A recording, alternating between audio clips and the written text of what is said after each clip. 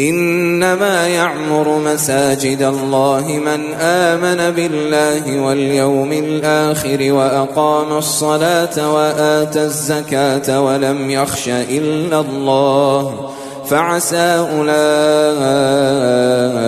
أن يكونوا من المهتدين.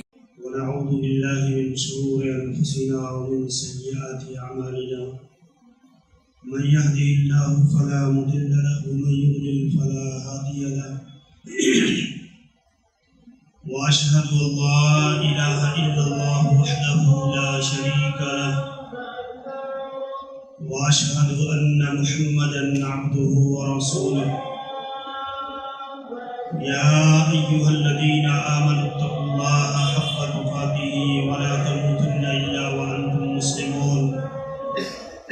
يا أيها الناس اتقوا ربكم الذي خلقكم من نفس واحدة وخلق منها زوجها وبث منهما رجالا كثيرا ونساء واتقوا الله الذي تساءلون به والأرحام إن الله كان عليكم رقيبا.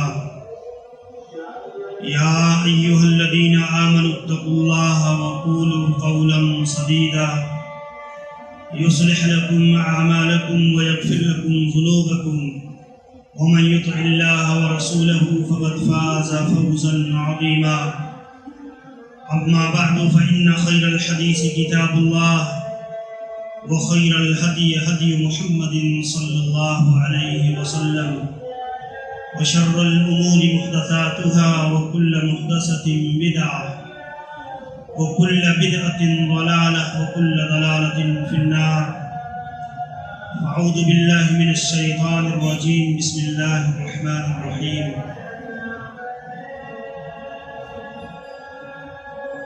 وهو الذي جعل الليل والنهار خلفة لمن أراد أن يذكر أو أراد شكورا. وقال النبي عليه الصلاة والسلام من حسن إسلام المرء تركه ما لا يعنيه. رب اشرح لي صدري ويسر لي أمري واحلل عقدة من لساني يفقهوا قولي. سبحانك لا علم لنا إلا ما علمتنا إنك أنت العليم الحكيم. محترم اسلامی بھائیوں اور ساتھیوں، اللہ رب العالمین کی تعریف و توصیف اور پیارے رسول جناب محمد رسول اللہ صلی اللہ علیہ وسلم پر درود و سلام کے بعد قرآن مجید کی یہ آیت کریمہ جس میں اللہ تبارک و تعالیٰ نے بیان فرمایا کہ یہ اللہ رب العالمین کی بڑی عظیم ترین نعمت ہے کہ اللہ تعالیٰ نے یہ دن اور رات، یہ اوقات، یہ گھڑیاں، یہ سورج کا نکلنا، طلوع ہونا اور اس کا غروب ہونا، یہ اللہ رب العالمین کی بڑی عظیم ترین نعمت ہے۔ اللہ تعالیٰ نے بیان فرمایا وَهُوَ الَّذِي جَعَلَ اللَّيْلَ وَالنَّهَارَ خِلْفَةً، اللہ ہی کی ذات ہے جس نے سورج اور چاند کو ایک دوسرے کے، وَهُوَ الَّذِي جَعَلَ اللَّيْلَ وَالنَّهَارَ خِلْفَةً، جس نے رات اور دن کو ایک دوسرے کے پیچھے لگا دیا ہے، لِمَنْ أَرَادَ أَنْ يَذَّكَّرَ أَوْ أَرَادَ شُكُورًا، اس کے لیے جو آدمی عبرت اور نصیحت حاصل کرنے والا ہو اور اللہ رب العالمین کا شکر ادا کرنے والا ہو۔ اسی بات کو اللہ نے دوسری جگہ بیان فرمایا وَسَخَّرَ لَكُمُ اللَّيْلَ وَالنَّهَارَ، اللہ تعالیٰ نے تمہارے لیے رات اور دن کو مسخر کر دیا ہے۔ یا اللہ نے فرمایا وَسَخَّرَ لَكُمُ الشَّمْسَ وَالْقَمَرَ، اللہ نے سورج اور چاند کو مسخر کر دیا ہے، وہ اپنا کام کر رہے ہیں، اپنا ایک نظام ہے ان کا، دن آتا ہے رات چلی جاتی ہے، رات آتی ہے اور دن غروب جو ہے ختم ہو جاتا ہے، اور اس طریقے سے وہ نہ تو ایک دوسرے پر سبقت کرتے ہیں، نہ ہی ان کا کوئی نظام بگڑا ہوا دکھتا ہے، نہ کبھی اس طریقے سے ہوتا ہے کہ دن رات پر غالب آ جائے اور رات دن پر غالب آ جائے. یہ سب اللہ تعالیٰ کے موتی اور فرما بردار ہو کر کے اللہ تبارک و تعالیٰ کے بنائے ہوئے ایک نظام کے مطابق یہ ساری چیزیں جاری و ساری ہیں. اللہ تبارک و تعالیٰ نے ان آیات کے اندر ہمیں اور آپ کو یہ پیغام دیا ہے کہ اصل میں یہ سورج اور چاند کا اپنا عمل یہ وقت ہے، اسی کا نام وقت ہے، اور یہی انسان کی عمر ہے. اسی لیے بعض علماء کہتے ہیں کہ یہ وقت ہی اصل میں انسان کی عمر ہے.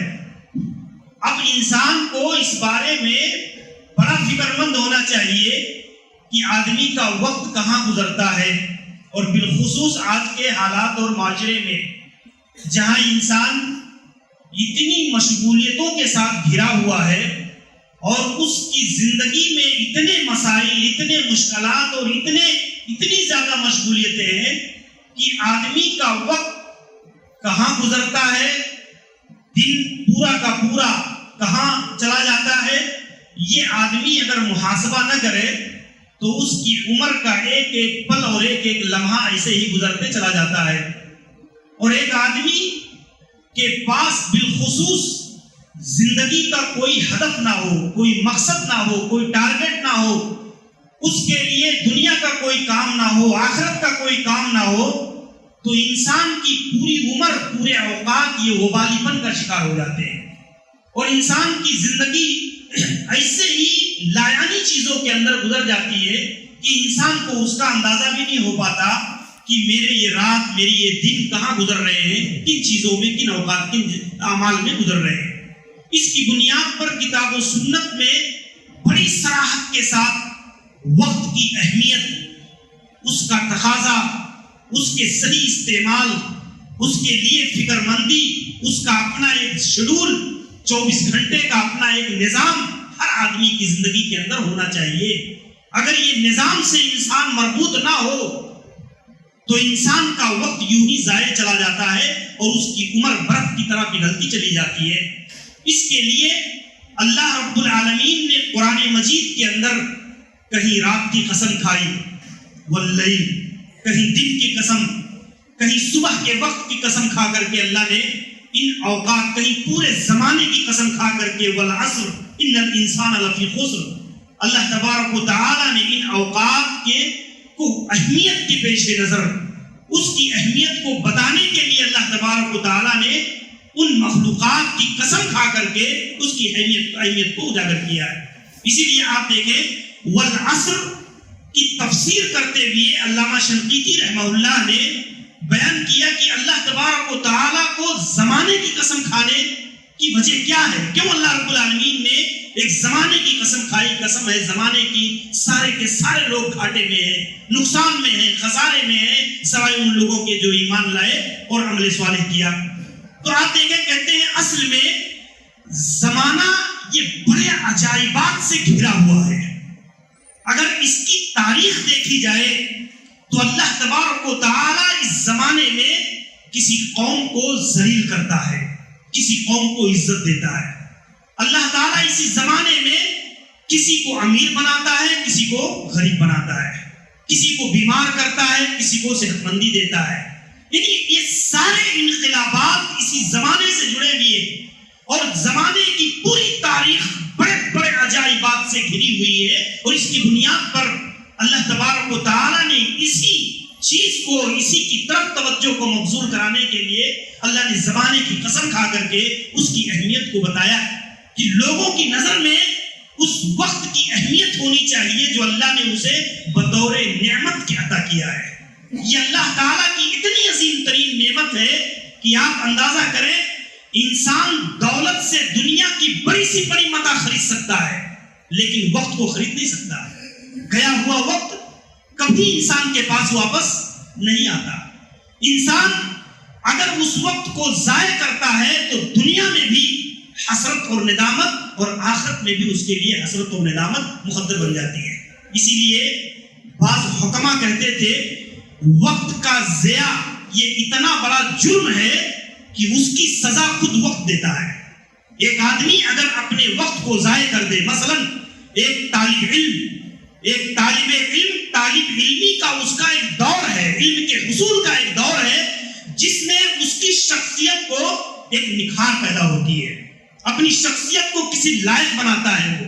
لیکن اگر وہ طالب علم اپنے اس مرحلے کو ضائع کر دے تو پوری عمر وہ کبھی اس خلا کو، اس جو ہے ضائع کیے ہوئے وقت کے خلا کو کبھی پورا نہیں کر سکتا ہے، اور پھر اس کی سزا خود وقت اسے دیتا ہے کہ آگے کی زندگی اس کی ناکامی کا شکار ہوتی ہے. اور انسان جب علم سے گورا ہوتا ہے تو پھر انسان جہالت کی زندگی گزارنے پر مجبور ہوتا ہے. ایسے زندگی کے جتنی مشغولیتیں ہیں ان ساری مشغولیتوں میں اس قاعدے کو رکھ کر کے ہم سمجھ سکتے ہیں ایک آدمی تاجر ہے، ایک آدمی جو ہے معلم ہے، ایک آدمی امام ہے، کسی مسجد کا ذمہ دار ہے، یا ایک آدمی جو ہے کسی جو ہے تجارتی یا کمپنی کا مالک ہے.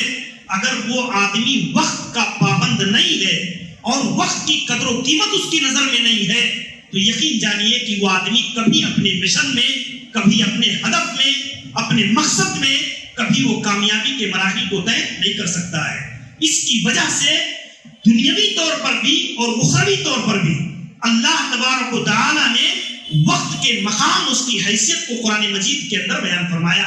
اور آج ہم جس دور سے گزر رہے ہیں یہ دور ایسا ہے کہ اس میں وقت کی برکتیں اٹھ گئی ہیں اتنی زیادہ کہ آپ اگر غور کریں تو ایسا لگتا ہے کہ 24 گھنٹہ حقیقت میں تو وہی ہے، لیکن اس کی برکتیں اس طرح سے اٹھ گئی ہیں کہ ہم اپنا کتنا کام اس کے اندر جو ہے پورا نہیں کر پاتے، مکمل نہیں کر پاتے. لیکن آپ غور کریں میرے بھائیوں، یہ بات اللہ کے نبی علیہ الصلوۃ والسلام نے ایک حدیث کے اندر پیشین گوئی کے طور پر بیان بھی فرمایا.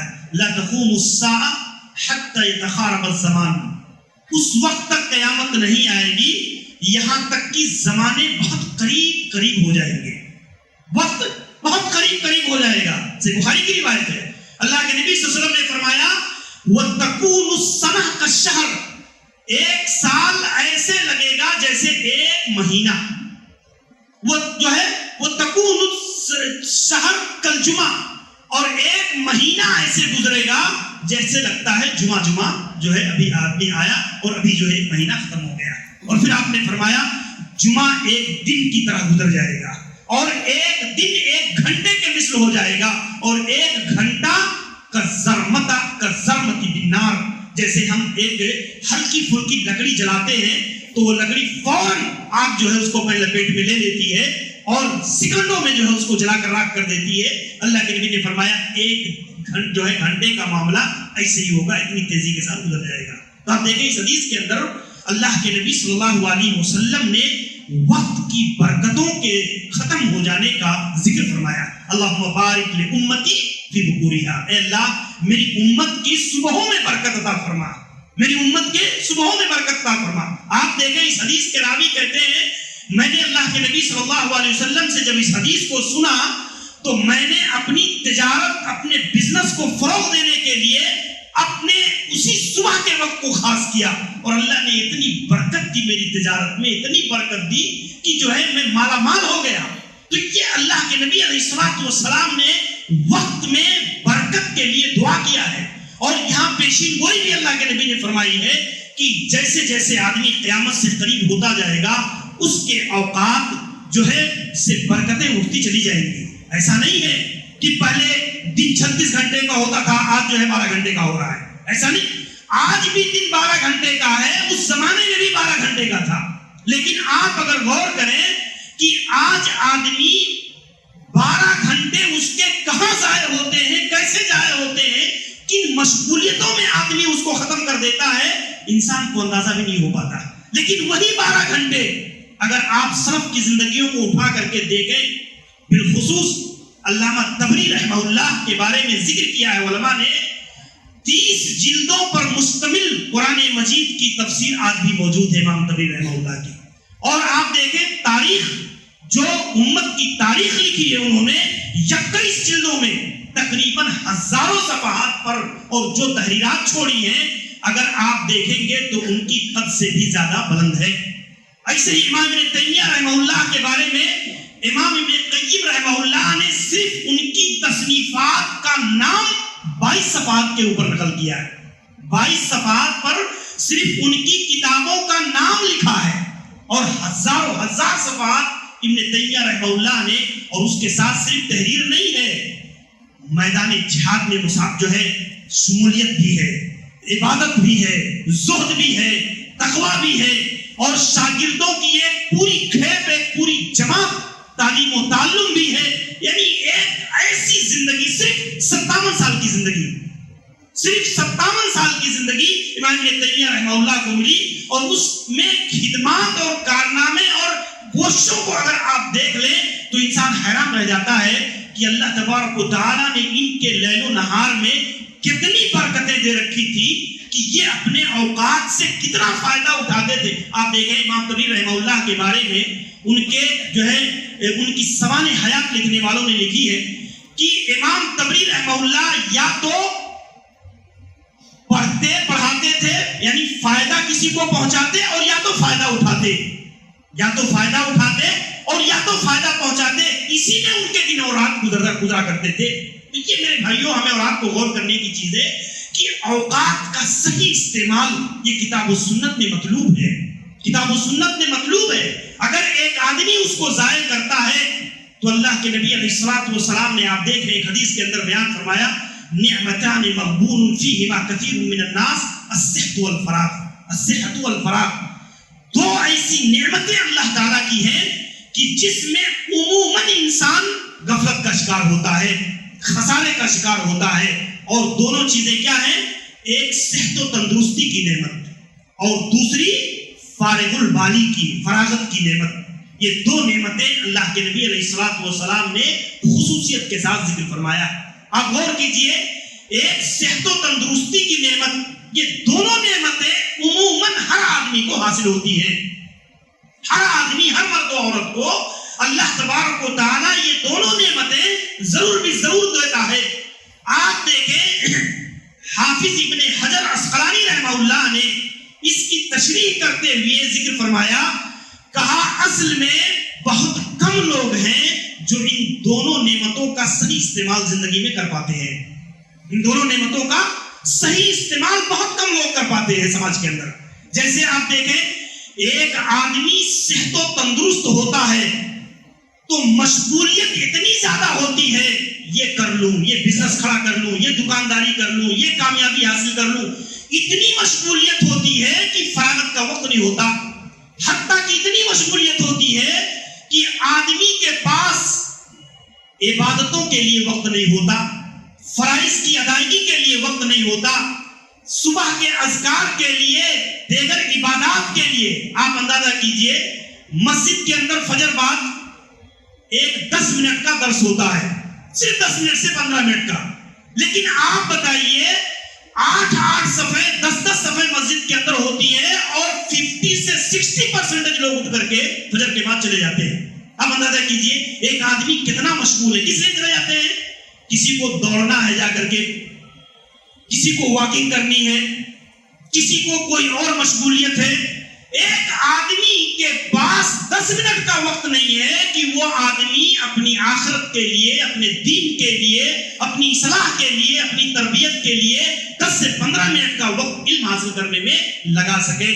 یہ قابل تعجب کی چیز ہے میرے بھائیوں, غور کرنے کی چیز ہے کہ ہماری زندگی میں مشغولیت نے, اور یہ جانیے کہ یہ انسان جب مشغول ہوتا ہے, جب فارغ ہوتا ہے تو وقت کی قدر نہیں ہوتی, اور جب مشغول ہوتا ہے تو مشغولیت اسے سنبھلنے کا موقع نہیں دیتی ہے. آپ دیکھیں مثلا ایک نوجوان ہے, ایک نوجوان جوائنٹ فیملی میں رہتا ہے, کچھ کرے نہ کرے کھانا تو مل رہا ہے, گھر میں رہتا ہے, کھائے گا پیے گا اپنے ماں باپ کے ساتھ, بھائی بہن کے ساتھ.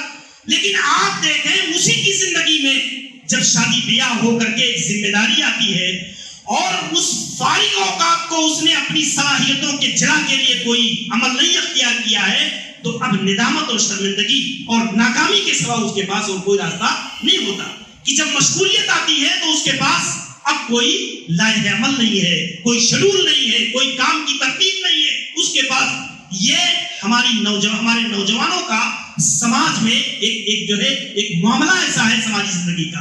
تو اس حیثیت سے ہمیں غور کرنے کی ہے کہ اللہ کے نبی نے دونوں چیزیں بیان فرمائی, صحت و تندرستی ہر صحت و تندرستی کے پیچھے بیماری لگی ہوئی ہے، بڑھاپا لگا ہوا ہے۔ اگر آج صحت و تندرستی ہے تو ہر آدمی کو اس بات پر یقین ہونا چاہیے کہ اس کے بعد بڑھاپا ہے، بیماری ہے جو اس کا پیچھا چھوڑنے والی نہیں ہے۔ اور اسی کی طرح ایک آدمی اگر آج فارغ ہے تو مشغولیت اس کے ساتھ زندگی میں لگی ہوئی ہے، وہ مشغولیت ضرور اس کے ساتھ آئے گی اور آدمی کو پھر موقع نہیں ملتا ہے۔ تو یہ دونوں چیزیں اللہ کے نبی علیہ السلام نے بطور نعمت کے ذکر کیا ہے کہ اللہ تعالیٰ کی عظیم ترین نعمت ہے جس کی قدر کرنا چاہیے آدمی کو، جس کی حقیقت کو پہچاننا چاہیے، جس کی اہمیت کو سمجھنا چاہیے۔ اگر آدمی اس کو ضائع، اور آپ یہ بھی سمجھتے چلیں کہ فراغت جہاں اللہ کی نعمت ہے وہی وبال جان ہے انسان کے لیے، وبال جان ہے۔ بالخصوص سماج کا نوجوان طبقہ اگر فارغ البال ہو، بیکار ہو، کوئی کام دنیا کا عمل، کوئی دین کا عمل اس سے اگر جڑا ہوا نہ ہو تو شیطانی وسوسوں کا شکار بن جاتا ہے، شیطانی آماجگاہ اس کا ذہن فسادی بن جاتا ہے، برائیوں کی طرف پوری طرح سے میدان ہو جاتا ہے، اور نوجوان کی جو صلاحیتیں ہیں نکھرنے کی، تقویٰ کی، نیکی کی، وہ آہستہ آہستہ مفقود ہو کر کے فنا ہو جاتی ہے اور انسان ابالی پن کا پوری طرح سے شکار ہو جاتا ہے۔ اس کے لیے فراغت یہ کوئی اچھی چیز نہیں ہے، بظاہر ایک نعمت ہے اگر صحیح طور پر استعمال کیا جائے، لیکن ایک آدمی کا یہاں بیٹھے رہنا، وہ نکڑ پہ بیٹھے رہنا، یہاں جا کر کے وہ تالاب پہ اپنا ٹائم پاس کرنا، یہ کوئی بھلی چیز نہیں ہے۔ یہ اگر آپ غور کریں گے تو اس میں سوائے دنیا اور آخرت کی ناکامی کے انسان جب فارغ ہوتا ہے اس کی غیبت کرے گا، اس کی عزت و آبرو نیلام کرے گا، فلاں کے بارے میں پیچھے پڑے رہے گا، اس کے بارے میں سوچے گا، اس کے پاس فراغت جو ہے کسی صحیح کام کی طرف رہنمائی نہیں کرتی۔ اس کی بنیاد پر فراغت کے لیے ہمیشہ ایک شیڈول ہونا چاہیے، زندگی میں ایک نظام ہونا چاہیے۔ اگر ایک نظام نہیں ہے، اسی کو اللہ کے نبی علیہ السلام نے بیان فرمایا، من حسن اسلام المرء ترکہ ما لا یعنی۔ ایک اچھا مسلمان بننے کے لیے، ایک اچھا مسلمان ہونے کے لیے لازم ہے کہ وہ آدمی لایانی چیزوں سے اپنے آپ کو بچا لے۔ لایانی چیز کیا ہے؟ لایانی چیز وہ ہے کہ جس کا کوئی فائدہ دنیاوی طور پر اور جس کا کوئی فائدہ اخروی طور پر نہ ہو، فضول کام۔ آج اگر ہم اور آپ سوچیں کہ فضولیات میں انسان کا کتنا وقت گزرتا ہے اور کتنا وقت صحیح کاموں میں گزرتا ہے تو انسان اپنے آپ کا محاسبہ کر سکتا ہے، اپنے آپ کو رکھ کر کے اس میں غور کرے۔ فضولیات کے کتنے ذرائع آج سماج کے اندر ہیں، بالخصوص سوشل میڈیا، موبائل کے شارٹ کلپس، فیس بک اور یوٹیوب۔ آج آپ دیکھیں کہ ایک آدمی اپنا کتنا وقت سوشل میڈیا پر، بالخصوص نوجوان طبقہ سوشل میڈیا پر اپنا کتنا وقت ضائع کرتا ہے، اور کیا ہے وہ؟ یا تو نظر کی لغویات ہے، یا تو سماع کی لغویات ہے، یا تو کلام کی لغویات ہے۔ اس سے زیادہ ہٹ کر کے اور کوئی چیز نہیں ہے۔ جدید لغویات کے اندر انسان مبتلا ہوتا ہے اور اپنے گھنٹوں کے اوقات کو ایسی لایانی چیزوں کے اندر ضائع کر دیتا ہے۔ سوشل میڈیا، آپ یقین جانیے، یہ اللہ تبارک و تعالیٰ کی ایک بڑی نعمت ہے اگر اس کا صحیح استعمال ہو۔ آج ہم جس دور میں زندگی بسر کر رہے ہیں یہ جدید ٹیکنالوجی کا دور کہلاتا ہے، یہ جدید وسائل سے لیس ہے یہ دور، اور اگر اس کا ہم صحیح استعمال کریں دنیاوی ترقی کے لیے تو آدمی کامیابی کے مراحل طے کر سکتا ہے۔ اس کا صحیح استعمال دینی معاملات میں آدمی کرے، دعوتی حیثیت سے کرے، تبلیغی لحاظ سے کرے تو آدمی کہاں سے کہاں پہنچ سکتا ہے۔ لیکن اگر آدمی اب سوشل میڈیا اور جدید ذرائع کا استعمال لایانی چیزوں کے اندر کرے تو اس کی پوری صلاحیتیں، پورے اوقات، پوری زندگی یہ بربادی کا ذریعہ بن سکتی ہے۔ اس کی بنیاد پر ہر شخص کو یہ بات گہرائی سے سمجھنا چاہیے کہ ہماری زندگی کا اپنا ایک نظام اور اپنا ایک شیڈول ہو۔ اسی بنیاد پر آپ دیکھیں کہ اللہ کے نبی جناب محمد رسول اللہ صلی اللہ علیہ وسلم نے اس حدیث کے اندر اسی بات کی طرف اشارہ کیا ہے، من حسن اسلام المرء۔ ایک مسلمان کے ایک اچھا مسلمان ہونے کے لیے لازم ہے کہ وہ لایانی چیزوں کو چھوڑ کر اس کا ایک شیڈول ہو، ایک ہدف ہو، ایک مقصد ہو، ایک ٹارگٹ ہو. اور زندگی میں انسان کو کبھی بے مقصد زندگی بسر نہیں کرنا چاہیے. یا تو آخرت کا مقصد ہو یا تو دنیا کے حصول کا مقصد ہو. دونوں چیزیں مطلوب ہیں شریعت کے اندر. یہ مطلوب قطعاً نہیں ہے کہ آدمی دنیا کا کوئی ہدف، کوئی ٹارگٹ نہ بنائے، نہیں، بلکہ دنیا کے اندر حلال روزی کے کمانے کا، ترقی کرنے کا ایک ہدف ہونا چاہیے آدمی کے. آپ دیکھیں، ایک آدمی اگر کامیاب تاجر بننا چاہتا ہے تو وقت کی اہمیت کو اسے سمجھنا پڑے گا. کامیاب مولوی بننا چاہتا ہے تو اگر اس کے نزدیک وقت کی اہمیت نہیں ہے تو کبھی وہ کامیاب مولوی نہیں بن سکتا ہے. ایک آدمی اگر کسی سسٹم، کسی نظام کو صحیح طور پر چلانا چاہتا ہے تو اس کے لیے وقت کی اور وقت کی ترتیب میں اگر آپ غور کریں گے تو ادارت اور تنظیم وقت کے باب میں جن علماء نے کتابیں لکھی ہیں، بڑی پیاری چیزیں لکھی ہیں کہ دیکھیے، وقت کی ترتیب میں، شیڈول میں سب سے پہلے انسان کو اپنی ذات کو رکھنا چاہیے. سب سے پہلے اپنے آپ کی تربیت وقت کے معاملے میں کر کے اپنے آپ کو وقت کا پابند بنانا چاہیے. اگر آپ خود وقت پر نماز کے عادی نہیں ہیں اور آپ ایک خیال کیے ہوئے ہیں کہ میری فیملی نماز کا پابند ہو جائے، یہ ممکن نہیں ہے، یہ ممکن نہیں ہے. اسی لیے قوا انفسکم واہلیکم، اپنے آپ کو پہلے تربیت کرو، اپنے آپ کی تربیت کرو، اپنے آپ کو صلاحیتوں سے نکھارو، اور اس کے بعد جو ہے اپنے اہل و عیال کو. اللہ تبارک و تعالیٰ نے انسان کی ذات کو مقدم کیا ہے. ایک آدمی اگر وقت کا خود پابند نہیں ہے تو اپنے ہاتھ کے نیچے کام کرنے والے عملہ کو بھی، کام کرنے والے لوگوں کو کبھی وقت کا پابند نہیں بنا سکتا ہے. کیوں؟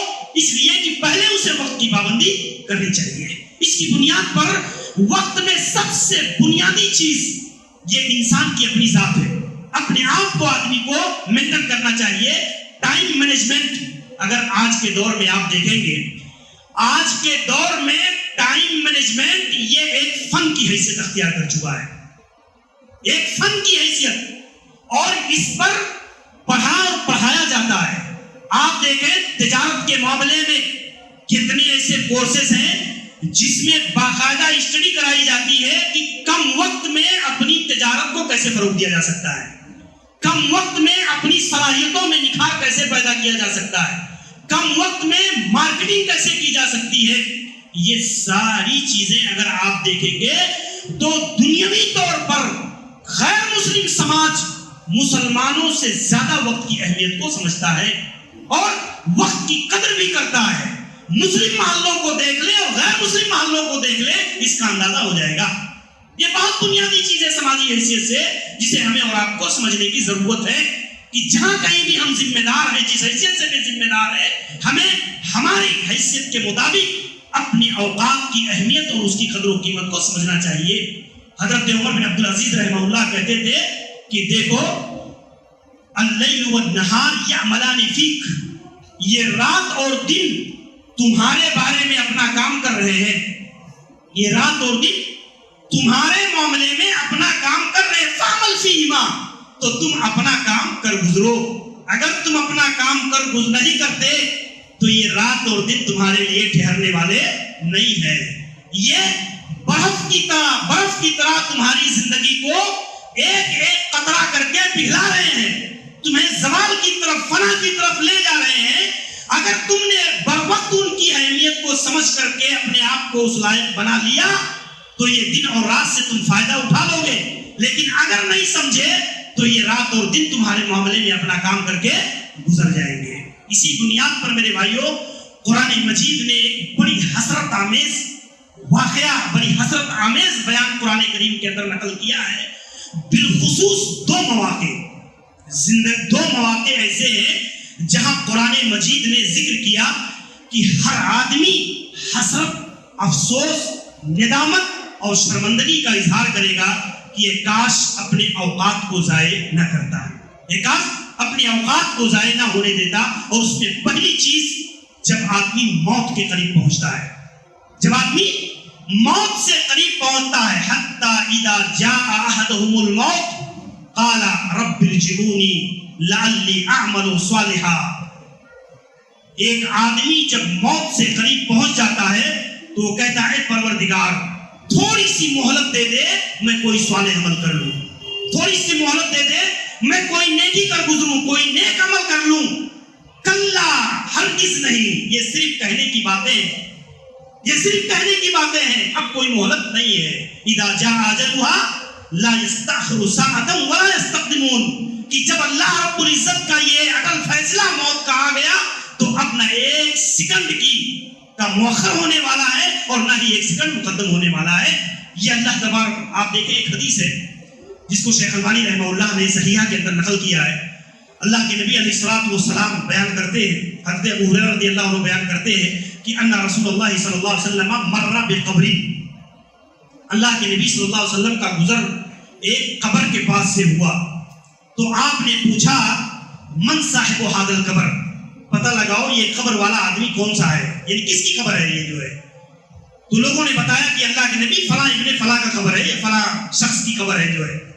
تو اللہ کے نبی علیہ السلام ٹھہر گئے اور آپ صلی اللہ علیہ وسلم نے فرمایا کہ اے میرے ساتھیو، اللہ کی قسم یہ قبر والا رکعتان خفیفتان، دو معمولی سی رکعتیں جس کو تم سستی اور غفلت کی بنیاد پر ترک کر دیتے ہو، سستی اور غفلت کی وجہ سے دو نفلی رکعتیں جس کو تم ترک کر دیتے ہو، آج یہ اتنی حسرت میں ہوگا کہ کاش اسے ان دو رکعتوں کے ادا کرنے کا موقع مل جائے اور اس کے ذریعہ سے اس کے نام اعمال میں اضافہ ہو جائے، اس کے ذریعہ سے اس کے اعمال میں اضافہ ہو جائے۔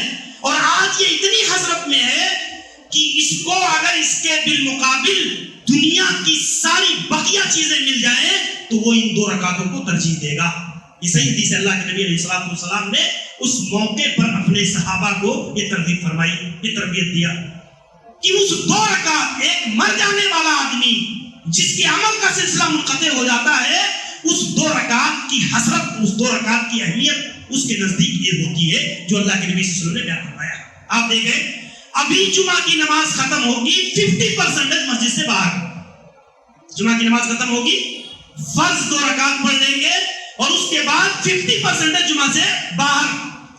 یہ جمعہ کے بعد کی 4 رکعتیں یہ سنت مؤکد ہے، تاکیدی سنت ہے جس کو اللہ کے نبی علیہ السلام نے باضابطہ اس کو ادا کیا، زندگی میں کبھی چھوڑا نہیں۔ اور ہمارے نزدیک اس سنت کی اہمیت کتنی ہے، اس سنت کی اہمیت کو ہم نے سمجھا ہی نہیں، ہم صرف جمعہ سمجھتے ہیں، بس 2 رکعت آ کر کے پڑھ لیں، کیونکہ ہفتہ بھر نمازی ویسے ہی آدھا لوگ ادا نہیں کرتے، فرض ادا نہیں کرتے، تو جمعہ کی اہمیت کہاں ہے؟ تو یہ میرے بھائیوں ہمیں غور کرنے کی چیزیں ہیں جو اللہ کے نبی علیہ السلام نے ایک پہلا موڑ قرآن مجید نے اور اللہ کے نبی صلی اللہ علیہ وسلم نے بیان فرمایا، اور دوسرا موڑ جب جنت اور جہنم کا فیصلہ ہو جائے گا، جب جنت اور جہنم کا فیصلہ ہو جائے گا اور ایک آدمی جب جہنم کے اندر چلا جائے گا، وَهُمْ يَسْتَرِخُونَ فِيهَا، وہ اس کے اندر چیخ رہے ہوں گے، چلا رہے ہوں گے اور کہہ رہے ہوں گے اے پروردگار ہمیں تھوڑی سی مہلت دے دے، وقت دے دے کہ ہم دوبارہ جائیں اور نیک عمل کر کے ہم آئیں۔ تو اللہ رب العالمین کہے گا اولم نعمرکم، کیا میں نے تمہیں عمر نہیں دیا تھا، کیا میں نے تمہیں اصلاح کے لیے، نیکی کے لیے، تقوی کے لیے اتنی عمر نہیں دی تھی؟ اولم نعمرکم ما یتذکر فی، کہ جس میں تم نصیحت حاصل کرتے؟ ہرگز نہیں، اب تمہارے لیے کوئی مہلت نہیں ہے۔ آپ دیکھیں یہ وہ وقت ہوگا جب آدمی جہنم کے اندر داخل کیا جائے گا۔ یہ قرآن مجید نے خصوصیت سے 2 مقامات کا ذکر کیا ہے جہاں ایک عام آدمی بڑی حسرت اور ندامت کے ساتھ اللہ رب العالمین سے التجا کرے گا کہ اللہ تعالیٰ تو مجھے ایک مہلت دے دے، ایک وقت دے دے، لیکن وہ چیز مجھے ملنے والی نہیں ہے۔ اسی بنیاد پر آپ دیکھیں اعذر اللہ بالامرین، اعذر اللہ بالامرین حتی بلغہ 60 سنہ، اللہ نے اس آدمی کے لیے عذر و معذرت کا کوئی راہ نہیں چھوڑا ہے، اللہ نے عذر و معذرت کے لیے کوئی راہ نہیں چھوڑی ہے جس کو اللہ نے 60 سال کی عمر دے دیا۔ بخاری کی حدیث ہے جس کو اللہ تعالیٰ نے 60 سال کی عمر دے دی، اب وہ اللہ کے یہاں کوئی حجت، کوئی عذر، کوئی معذرت نہیں کر سکتا۔ کیوں؟ اگر نیک بننا ہے یہ 60 سال کی زندگی تمہارے لیے بہت ہے، بہت ہے یہ زندگی۔ اگر ایک آدمی صالح بننا چاہے، نیک بننا چاہے، متقی بننا چاہے، دین کے لیے، اللہ کے لیے کوئی در گزرنے کا عمل اختیار کرنا چاہے تو یہ بہت ہے اس کی زندگی کا یہ لمحہ، اور اب اللہ کے یہاں وہ آدمی کوئی عذر پیش نہیں کر سکتا ہے۔ جی میرے بھائیوں، اسی بنیاد پر دیکھیے علماء نے ایک بڑی پیاری چیز ذکر کی ہے کہ انسان کو وقت کا ایک نظام اور ایک شیڈول خود ہماری شریعت اور ہمارے دین نے دیا ہے۔ آپ دیکھیں، ان الصلاۃ کانت علی المؤمنین کتابا موقوتا، اللہ تعالیٰ نے نماز کو وقت پر فرض کیا ہے، وقت پر۔ آپ دیکھیں اس کی تشریح علماء تفسیر نے کیسے کیا ہے کہ اللہ رب العزت نے 24 گھنٹے کا ہمارا ایک اسلامی نظام مرتب کر دیا ہے، ایک شیڈول ہے ہمارے پاس۔ جن قوموں کے پاس کوئی ترتیب نہیں ہے زندگی کی، ان کو جانے دیجئے، ہماری شریعت اور ہماری دین کے اندر اللہ تبارک و تعالیٰ نے ایک منظم نظام دیا ہے ہمیں اور آپ کو زندگی بسر کرنے کا۔ اب یہ مسئلہ ہے کہ ہمارا سونے جاگنے کا وقت، کھانے پینے کا وقت، تجارت اور بزنس کا وقت، عبادت کا وقت، ہمارے پاس کوئی شیڈول ہی نہیں ہے، کوئی لائحہ عمل نہیں ہے، کوئی منصوبہ بندی نہیں ہے، اور اس کی بنیاد پر سونا چاہیے عشاء کے بعد تو آدمی سوتا ہے 2 بجے رات کو، اٹھنا چاہیے فجر سے پہلے تو اٹھتا ہے 9 بجے 10 بجے۔ تو اب ہماری زندگی کا جو نظام ہے یہ پورا کا پورا نظام درہم و برہم ہو چکا ہے، اور اس کی بنیاد پر عبادات کی جو توقیت اللہ رب العزت نے کی ہے اس توقیت پر عمل کرنا انسان کے لیے بڑا گرا گزرتا ہے، بڑی گرا گزرتی ہے ہماری طبیعت کے اوپر۔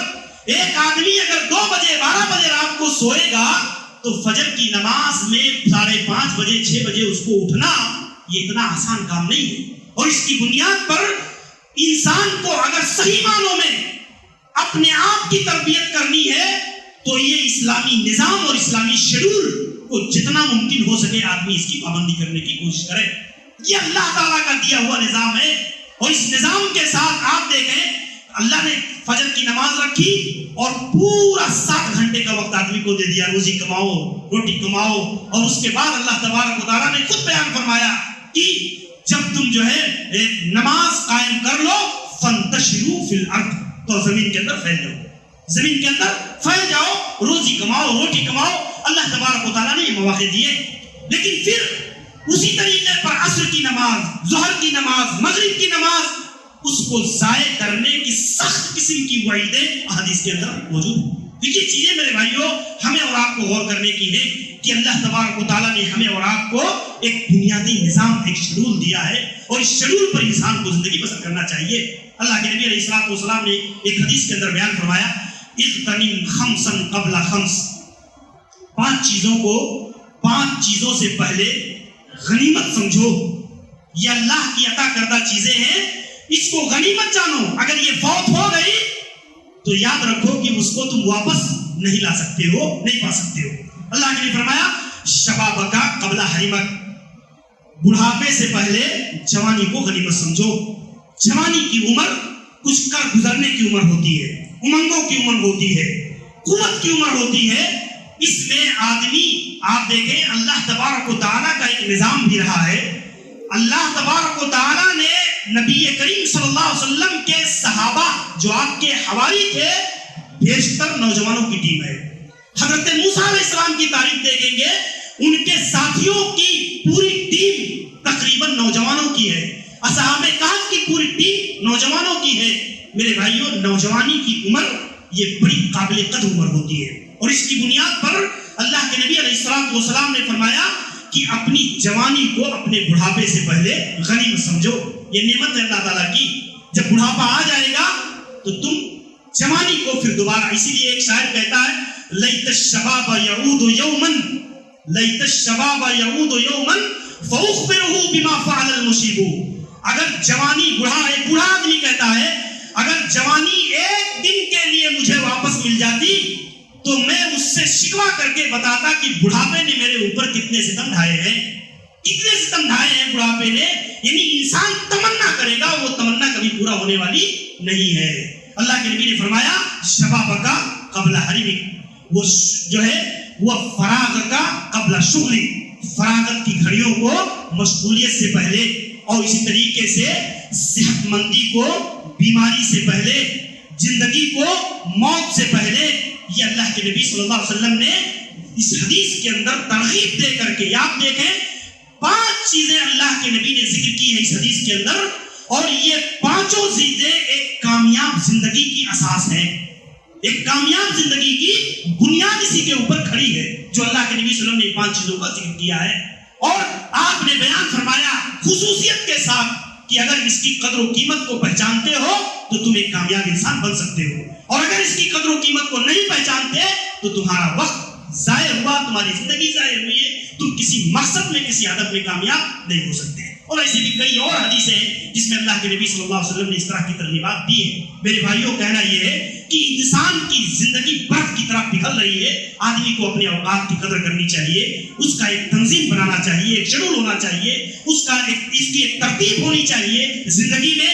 اگر آدمی زندگی میں یہ چیزیں نہ کرے تو آدمی کے اوقات یوں بھی ضائع ہو جاتے ہیں اور انسان اس کی کوئی دنیا میں فائدہ اور آخرت میں فائدہ انسان کو نہیں مل پاتا ہے. اللہ سے دعا ہے کہ اللہ رب العالمین کتاب و سنت کی روشنی میں ہمیں ان باتوں کو سمجھنے کی توفیق عنایت فرمائے.